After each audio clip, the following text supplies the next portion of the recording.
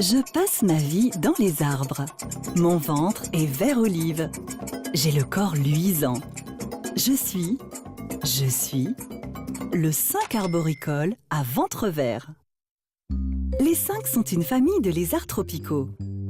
Le cinq arboricole à ventre vert est reconnaissable à sa queue disproportionnée. Elle fait plus de la moitié de son corps.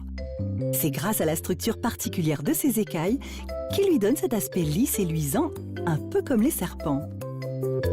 Savez-vous qu'il existe un point commun entre le cinq à ventre vert et le paresseux? Tous les deux traînent toute la journée dans les arbres.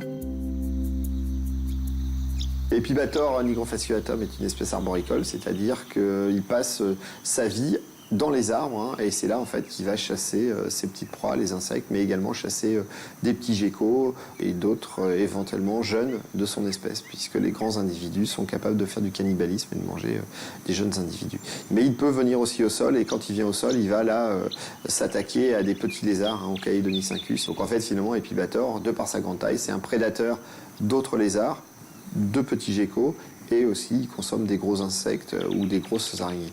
Il est très friand d'araignées également. Où peut-on le trouver?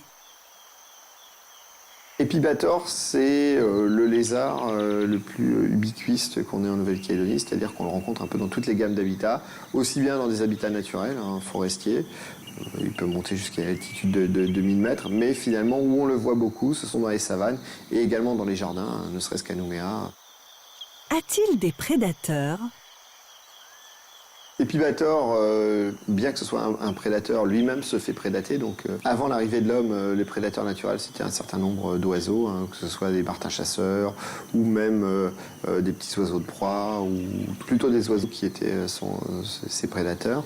Aujourd'hui, depuis l'arrivée de l'homme, le chat, les rats qui se sont propagés dans les milieux naturels sont aujourd'hui une grande menace. Lui, c'est une espèce qui est un peu moins sensible à la disparition des milieux naturels puisqu'il est capable de survivre dans les milieux transformés par l'homme.